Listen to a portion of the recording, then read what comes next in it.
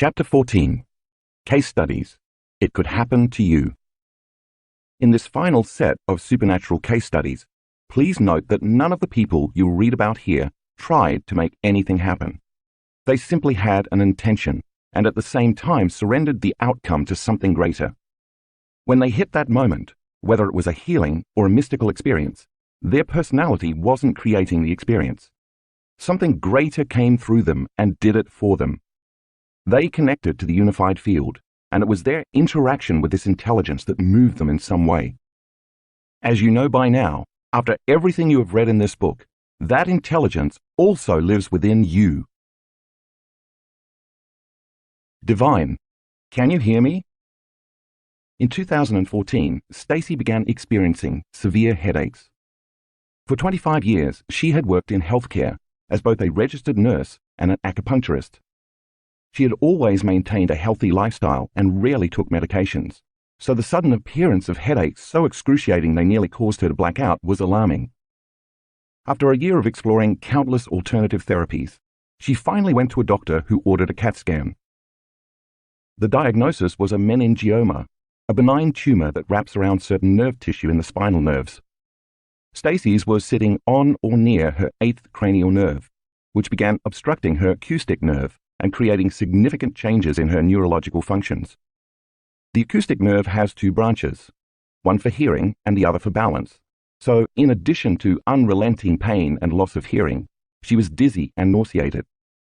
As the lesion grew, it also began pushing against another cranial nerve that ran along her face and continued down into her shoulder, resulting in a diagnosis of Pitcher's shoulder. Soon, she also experienced pain in her eye. According to her physician, the only solution was a craniotomy, which basically entailed drilling a large hole in the back of her head to remove the tumor. Stacy did not want to pursue this path, so she continued exploring other healing modalities. By the time she attended her first weekend workshop in Seattle in 2015, she estimated she had lost 70% of her hearing in her left ear. In the fall of 2016, she attended her first advanced workshop in Cancun, where she felt herself surrender at a whole new level. Then, in the winter of 2017, she attended another advanced workshop in Tampa. Upon arrival on Thursday, she had a very intense earache that became much worse the next day. She said the sensation she felt was that her ear was closing up. By the end of that day, after the blessing of the Energy Center's meditation, her earache curiously ended. Then on Sunday morning, during the pineal gland meditation, Stacy lost track of time and space. I almost felt like I was going to fall off my chair, she said. In that moment, this amazing flash of light consumed the left side of my head. Imagine if you put 1,000 diamonds together and shined a light on them. That wouldn't even begin to touch this light. Then, boom! Her body shot upright and a bluish-white light, like nothing she had ever seen or experienced, entered her ear. It was the most divine, loving feeling that I've ever had, she reported. I felt like the hand of God was caressing me with grace. It was so powerful and amazing that I struggled to put it into words, but every time I think of it, I still cry. First her sinuses cleared, then the whole left side of her head cleared, and then her left shoulder relaxed and let go. Finally, for the first time in 3 years, she could hear out of her left ear. I just sat there in awe, laughing and crying as tears flowed down my face, she said. Music was playing and I could hear it crystal clear. It was as if I could hear the celestial sound of angels singing above the song. I knew that what I was hearing was beyond the normal auditory range. The energy continued to move through the back of the left side of my head, which for years had felt like cement. When I instructed everyone to lie down, relax, and let the autonomic nervous system take the orders, the energy continued to move through Stacy's whole body, down her arms, and into her hands. She began to shake uncontrollably. It was as if I could feel every synapse and muscle in my body firing, in my toes, my legs, my head, and my neck and chest. My heart center felt wide open. I just remember thinking, whatever this is, I'm taking the ride. She completely surrendered to the unknown, and once again she lost track of time and space. When that portion of the meditation ended, she found herself sitting in her chair, with the energy slowing and quieting down. Her thinking brain began to kick in. Even though she could hear, she began to doubt what had just occurred. Perhaps her ear was not totally healed. Perhaps the tumor was still present. Or perhaps she wasn't even worthy of healing. No sooner did she have that thought than the energy and light appeared in front of her. But this energy was different. It was red like the heart and blue like energy, and it was three-dimensional, she remembered. It was about 2 feet in front of me and was almost slithering like a snake.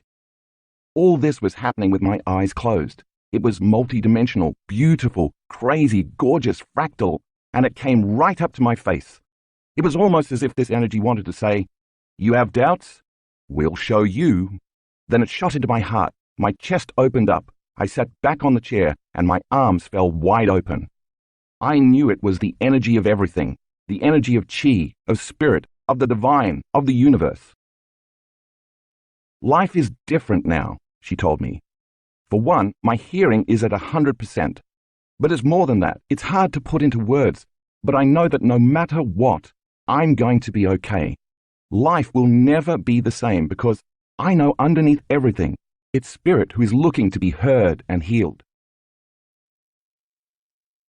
Janet hears, "You are mine."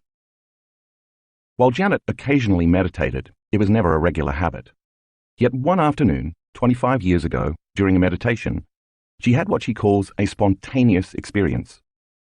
With her eyes closed, she was suddenly in the presence of an incredibly bright light, yet the light had a softness that didn't hurt her eyes. She described it as the purest, most intense, perfect love she had ever experienced. For the next 25 years, she prayed, meditated, and did everything else she could to try to recreate that transcendental experience. In the spring of 2015, Janet attended an advanced workshop in Carefree, Arizona. She was in a state of deep depression and exhaustion, unable to see any solutions to the problems in her life, yet she was determined to have a healing or breakthrough. Above all else, she was excited to be with more than 500 people, united in the belief that they were greater than their physical bodies. For the duration of the workshop, Janet went after the mystical with a level of intensity that was greater than her depression. During the pineal gland meditation, she was sitting in the lotus position and resting her loving intention in the space of her pineal gland. All of a sudden, the gland activated and a brilliant white light coming from inside her head illuminated her pineal gland. It was the same light she had experienced 25 years earlier. The light came into the space of my pineal gland and illuminated all of the crystals in that little cave of that tiny gland. She later explained.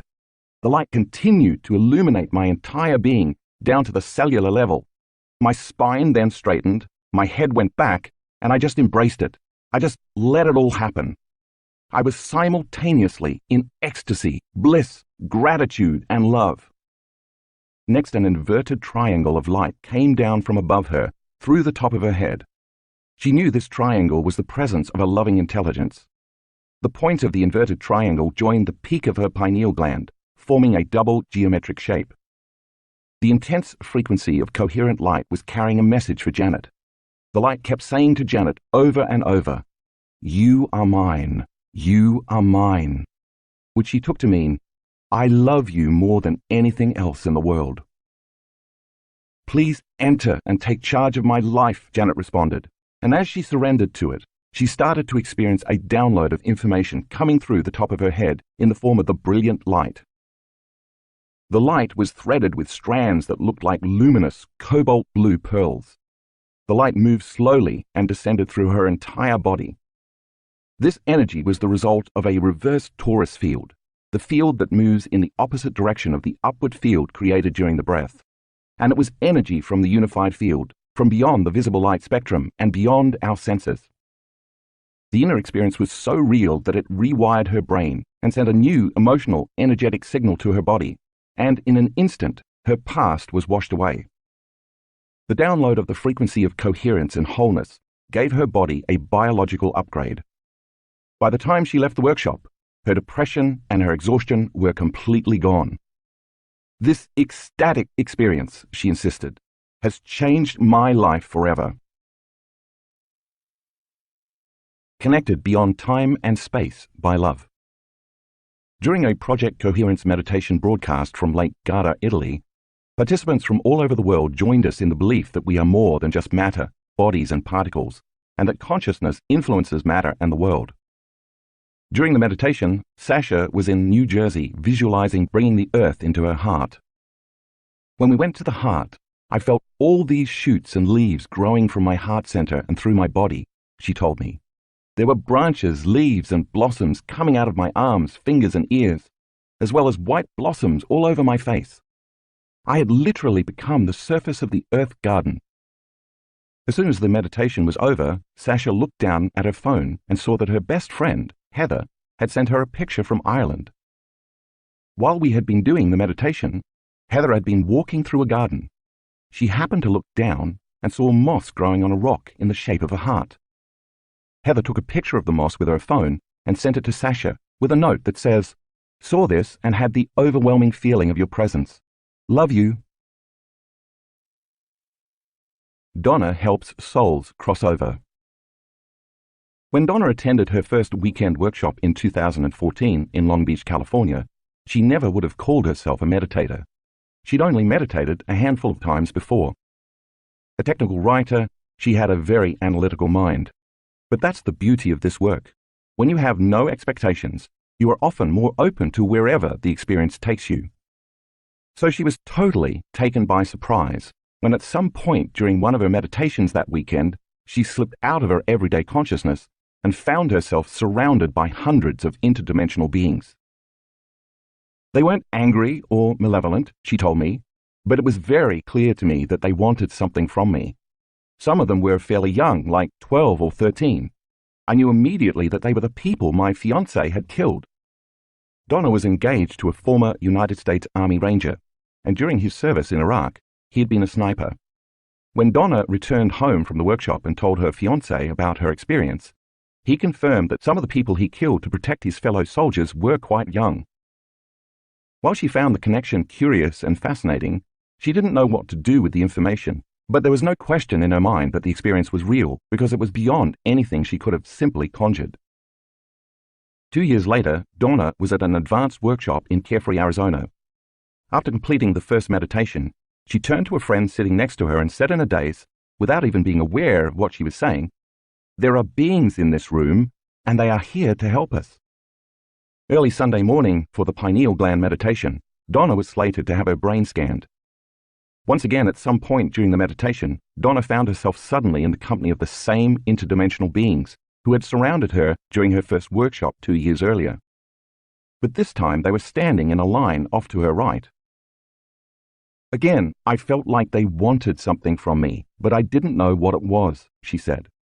Then, in my mind's eye, as though I was looking through a virtual reality headset, I saw another line forming on my left. There were 2 types of beings in this line. One type looked human-like, but they were very large and had a shimmering golden look, and the other type seemed to have a blue hue to them. She innately knew that if she took the people who were killed by her fiancé in the war, who were lined up on the right, and gave them to the beings on the left, the people on the right would receive what they needed. Because the people who had been killed by sniper fire had died so suddenly without any warning, some were confused about whether they were alive or dead. Some weren't sure where to go or what to do, while others were trying to stay in this dimension because they were attached to their loved ones and couldn't move on. They were stuck in between matter and light, yet somehow they recognized that Donna was the bridge, or the facilitator, who could help them cross over. And it was all happening in a very real, very lucid experience. To say I handed them over to the other beings is not quite right, she explained. But it was something like me passing them over. It's really beyond language, but when they passed to the other side, it seemed like they passed through the other beings, and then I could see them running across a field of waist-high red mist. I could feel all the freedom, joy, and happiness they were experiencing as they ran across this field. Again, as if looking through a virtual reality headset, Donna turned to the right in her mind's eye and saw a winding dirt road filled with people stretching far into the distance. She sensed they were from Bosnia and Serbia, which she couldn't quite make sense of. It felt almost as if the word got out. I didn't have the sense that they were unaware they were dead. It was more like they were stuck in limbo. They didn't know how to get to the other side. This was the longest meditation of the workshop, perhaps 2 to 3 hours, but to Donna, it seemed like it was 10 minutes. Donna attended another advanced workshop in Cancun in the fall of 2016.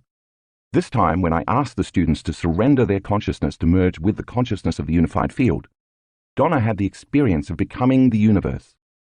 She went from the consciousness of somebody, something, someone, somewhere, in some time, to the consciousness of nobody, no thing, no one, nowhere, in no time, to the consciousness of everybody, everything, everyone, everywhere, in every time.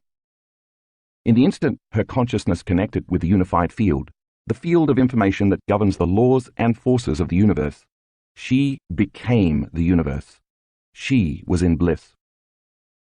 Since that experience, my life has become magical and I'm experiencing a new energy and vitality like never before, she reported later. I keep having one powerful experience after another, and I can never go back to the way my life was before starting to practice this work. Jerry returns from the brink of death. On August 14, 2015, Jerry was putting a project together on his back deck. As he was reading the directions, he felt a sudden, sharp pain right below his sternum. He thought perhaps it was gas, so he took some medication, but it didn't go away. Instead, he lay down to rest, and it got worse.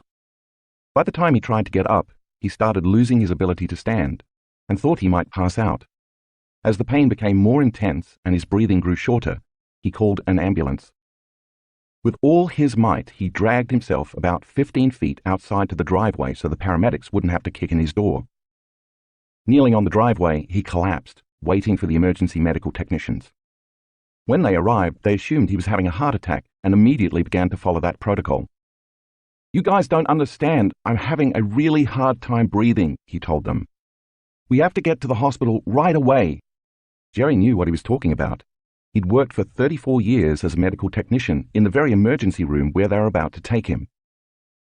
Jerry knew everyone in the ER, and once he arrived, doctors, nurses, technicians, and specialists began frantically running lab work on him. When a doctor who was also Jerry's friend told Jerry that red flags had come up in every test administered, Jerry knew things were not looking good. One test in particular was particularly alarming. His levels of protease, amylase, and lipase, enzymes produced by the pancreas, were 4,000 to 5,000 units per liter, way above the norm of about 100 to 200. They put Jerry in the intensive care unit. "The pain soon worsened, and none of the drugs they were giving me worked," Jerry said. "They told me that a duct to my gallbladder had been blocked, and it was causing trouble in my pancreas. Worst of all, fluid started to develop in my lungs. I was now down to 80% breathing capacity in both lungs. That's when the doctors put me on a ventilator, and I knew things were bad."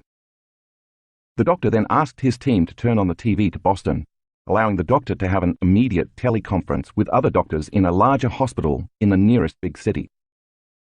In all the time I'd worked at the hospital, I'd only seen the TV to Boston come on a few times for the most serious of traumas or for people who are dying, Jerry said. "It means they have no idea what is happening. When a doctor you have trusted for years tells you they don't know what's going on, well, that's when my stress hormones started to kick into high gear." While all of this was happening, the medical staff told Jerry's wife that if there was any end-of-life paperwork she needed to get in order, now would be the time to go home and get it. She left, sobbing. Jerry soon realized he needed to start taking care of himself. He knew that if he allowed the stress hormones to start taking over, he was not going to win. "I went from being a guy who hadn't been sick in years, who did yoga all the time and ate well, to all of a sudden being in the ICU. I kept telling myself, I can't go down this road. I can't give in to the fear. So I didn't." Since he'd recently read my book, You Are the Placebo, he started thinking, I gotta change these thought patterns. I can't allow these thoughts to make more cortisol to get into the body and start doing more damage to what's left of me. The doctors eventually found out that Jerry had a large mass blocking a duct in his pancreas. The mass was not letting the mucus drain, so everything in the gland was backing up and spilling over into his bloodstream. My doctors stayed with me for 3 days straight, he says. They put an oxygen mask on me because I couldn't breathe. I had IVs on both sides, and meanwhile I kept thinking, watch your thoughts, relax, put something into the quantum field that's going to help you and not hurt you, because you're already knocking on the door. I'm going to be okay. This too shall pass. I'm going to be all right. Whenever he was conscious, Jerry placed his energy on overcoming himself, changing his state of being, and creating a different outcome, constantly tuning in to a different potential in the unified field. Fortunately, he had a private room, giving him plenty of opportunity to do his meditations whenever he wanted to. Jerry spent a week in the ICU, and by the end of that time, when he moved to a progressive care unit, the oxygen mask was gone and Jerry was walking around. Even so, he could not eat or drink anything for 9 weeks. If he ate anything or even had water, his pancreas would release acid into his body, eventually killing him. The only nourishment he received was through an IV. When Jerry was admitted to the hospital, he weighed 145 pounds. When he was discharged, he weighed 119. When he finally went home, still with an IV pole, he continued to do the work. As October drew near, the mass was still present. His doctors suggested he see a specialist in Boston to undergo surgery. Because Jerry was a medical professional, 2 days before the surgery, he suggested his medical team take some more tests and scans, so the doctors would have the most up-to-date information. I know all the X-ray technicians, and yet when they told me I no longer had a mass, I didn't believe them. I called in the radiologists and the doctors. They just kept saying, "Jerry, we're looking at your film right now. We're telling you there's nothing there. I'm calling the guys in Boston to tell them there will be no surgery." Jerry later realized that by constantly raising his energy, moving into a feeling of health, and changing the thoughts and beliefs that he was sick to the thoughts and beliefs he was going to be fine, the higher frequency caused him to heal. I wasn't going to allow myself to think, woe is me, this is going to be bad. I kept working on this every day, for as much of the day as I could. I put the right message, intention, and energy out into the quantum field to heal myself, and eventually, I did. Afterward, being peace. What I hope you take away from this book is that it's not enough to change your state of being only when you meditate. It's not sufficient to just think and feel peace with your eyes closed, and then open them and carry on throughout the day in limited, unconscious states of mind and body. In many of the peace-gathering projects and studies mentioned in Chapter 13, when the experiments concluded, very often the reduced violence and crime returned to their former baseline levels. This means that we actually have to demonstrate peace, which requires us to get our bodies involved, and that means we have to move from thinking to doing. Every time we change our state of being and begin our day by opening our hearts to the elevated states that connect us to a love for life, a joy for existence, the inspiration to be alive, a state of gratitude that our future has already happened, and a level of kindness toward others, we must carry, maintain, and demonstrate that energy and state of being throughout the day, whether we are sitting, standing, walking, or lying down. Then when upsetting events occur in our lives or in the world, if we demonstrate peace rather than unconsciously act in predictable, so-called natural reactionary ways, expressing anger, frustration, violence, fear, suffering, or aggression, we are no longer contributing to the world's old consciousness. By breaking that cycle and demonstrating peace by example, we give others permission to do the same. Because knowledge is for the mind and experience is for the body, when we move from thinking to doing and experience the corresponding emotions of peace and inner balance, the moment we begin to embody peace is when we really begin to change the program. By tempering those reactive behaviours, and thus no longer creating the same redundant experiences and emotions, we no longer fire and wire the same circuits in the brain. This is how we cease conditioning the body to live in the self-limiting emotions of the mind, and this is how we change ourselves and our relationship to the world around us. Every time we do this, we are literally teaching our body to chemically understand what our mind has intellectually understood. This is how we select and instruct the latent genes that cause us to thrive, not just survive. Now peace is within us, and we are knocking on the genetic door to biologically become exactly that. Isn't that what every great charismatic leader, saint, mystic, and master throughout history has continually preached? Of course, it's going to feel unnatural in the beginning to go against years of automatic conditioning, unconscious habits, reflexive emotional reactions, hardwired attitudes, and generations of genetic programming. But that is exactly how we become supernatural. To do what feels unnatural means going against how we have all been genetically programmed or socially conditioned to live when we are threatened in some way. I'm sure any creature that has broken from the consciousness of the tribe, the pack, the school, or the herd in order to adapt to a changing environment must have felt the discomfort and uncertainty of the unknown. But let's not forget that living in the unknown means that we are in the realm of possibility. The real challenge is not to return to the level of mediocrity that the prevailing social consciousness agrees on merely because we don't see anyone else doing what we are doing. True leadership never needs confirmation from others. It just requires a clear vision and a change in energy, that is, a new state of being, that is sustained for a long enough period of time and executed with a strong enough will that it causes others to raise their own energy and become inspired to do the same. Once they do raise themselves from their own limited state of being to a new energy, they see the same future that their leader sees. There is power in numbers. After all my years of teaching people about personal transformation, I know no one changes until they change their energy. In fact, when someone is truly engaged in change, they are less likely to talk about it and more prone to demonstrate it.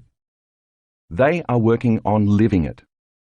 This requires awareness, intent, staying present, and constant attention to their inner states. Perhaps the biggest hurdle is not only being uncomfortable, but also being okay with being uncomfortable, because discomfort is our challenge to grow. It makes us feel more alive. After all, if stress and the survival response are the result of not being able to predict our future, thinking or believing that we are unable to control an outcome or that things are going to get worse, then opening our minds and hearts to believe in possibility requires going against thousands of years of genetically hardwired survival traits.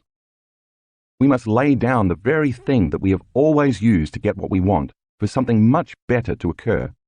To me, that's true greatness. If we can do it once, disturb those neural networks equated with anger, resentment, and retribution, and instead activate the neural networks related to experiences of caring, giving, and nurturing, and so create the corresponding emotions, then we should be able to do it again. And the repetition of these choices will neurochemically condition our mind and body to become one. When the body knows how to do this, as well as the mind, it becomes innate, familiar, easy, and second nature. Then thinking and demonstrating peace, which once required focused awareness, becomes a subconscious program. Now we've created a new, automatic peaceful state of being, and again, that means that now peace is within us. This is how we memorize a new internal neurochemical order that's greater than any conditions in our external environment. Now we're not just being peace, but mastering it, as well as mastering ourselves and our environment. Once enough of us can achieve this state of being, once everybody is locked into the same energy, frequency, and elevated consciousness, just like schools of fish or flocks of birds moving as one in a unified order, we'll begin to act as one mind and emerge as a new species. But if we continue to act as a cancerous organism at war with itself, our species will not survive, and evolution will continue its grand experiment. Take time out of your busy life to invest in yourself, because when you do, you are investing in your future.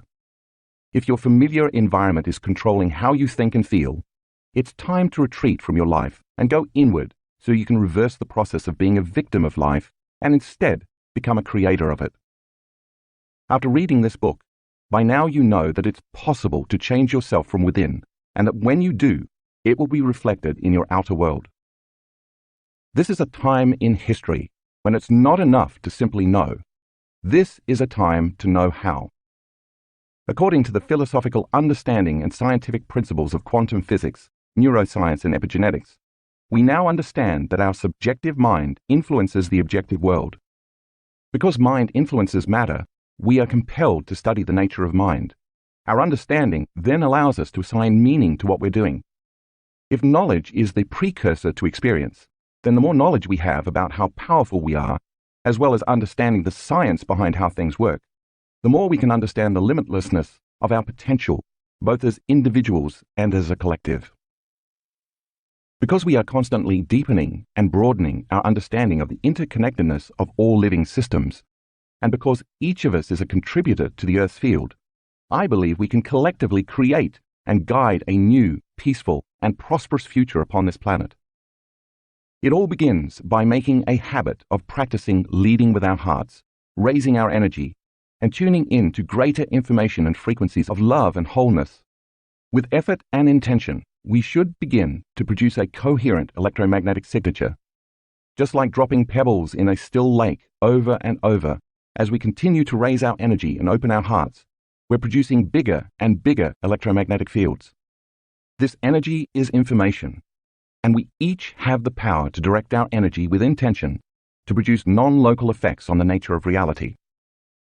When we direct our energy as an observer, a consciousness, or a thought, we can begin to affect a downward causation of matter. In other words, we can literally make our minds matter.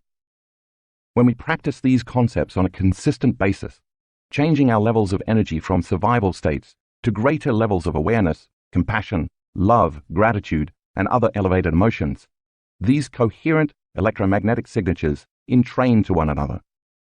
The effect should then be that we can unify communities that were once separated by the belief that we are just matter. Once we transition our state of being from survival into love, gratitude, and creation, then instead of reacting to violence, terrorism, fear, prejudice, competition, selfishness, and separation, which, by the way, the media, commercials, video games, and all types of stimulation are constantly reminding and programming us to live within, we can come together during crisis. We will have no further need for splintering, assigning blame, or seeking revenge. Every time we meditate as a global community, we're casting a larger, stronger, coherent wave of love and altruism around the world. If we do this enough times, we should be able to not only measure the changes in energy and frequency around the world, but measure our efforts by the positive changes in the events that take place in our future. To stand up for justice and peace, then, you must first find peace within yourself. You must then demonstrate peace to others, which means you can't make a stand for peace or be peace while you're warring with your neighbor, hating your coworker, or judging your boss. If everybody, and I mean everybody, chose peace, and if we came together at the exact same time, imagine the type of positive change we could create in our collective future. There would be no conflict. What's equally powerful is that when we are the living embodiment of peace, we show up as unpredictable to others, and then they pay attention. Thanks to mirror neurons, a special class of brain cells that fire when we see someone perform an action, we are biologically wired to mimic each other's behavior. Modeling peace, justice, love, kindness, care, understanding, and compassion allows others to open their hearts and move from fearful, aggressive states of survival to feeling wholeness and connectedness. Think what would happen if we all understood how interconnected we were to one another and to the field, rather than feeling separated and isolated. We might actually begin to take responsibility for our thoughts and emotions, because we would finally understand our state of being affects all of life. This is how we begin to change the world, by first changing ourselves. The future of humanity does not rest on one person, leader, or messiah with a greater consciousness to show us the way. Rather, it requires the evolution of a new collective consciousness, because it is through the acknowledgement and application of the interconnectedness of human consciousness that we can change the course of history. While it appears old structures and paradigms are collapsing, we should not face this with fear, anger, or sadness, because this is the process by which evolution and new things occur. Instead, we should face the future with a whole new light, energy, and consciousness. As I have mentioned, the old has to fall apart and fall away before something new flourishes. Integral to this process is not squandering our energy by emotionally reacting to leaders or people in power. When they capture our emotions, they capture our attention, and thus they have captured our energy. This is how people gain power over us. Instead, we must make a stand for principles, values, and moral imperatives like freedom, justice, truth, and equality. When we achieve this through the power of the collective, we will unite behind the energy of oneness rather than be controlled by the idea of separation. This is when standing up for truth is no longer personal, but through unifying and building community becomes universal. I believe we are on the verge of a great evolutionary jump. Another way to say it is that we are going through an initiation. After all, isn't an initiation a rite of passage from one level of consciousness to another? And isn't it designed to challenge the fabric of who we are so we can grow to a greater potential? Maybe when we see, remember, and awaken to who we truly are, human beings can move as a collective consciousness from a state of surviving into a state of thriving. It's then that we can emerge into our true nature and fully access our innate capacity as human beings, which is to give, to love, to serve, and to take care of one another and the earth. So why not ask yourself every day, what would love do? This is who we really are, and this is the future I'm creating, one in which each and every one of us becomes supernatural.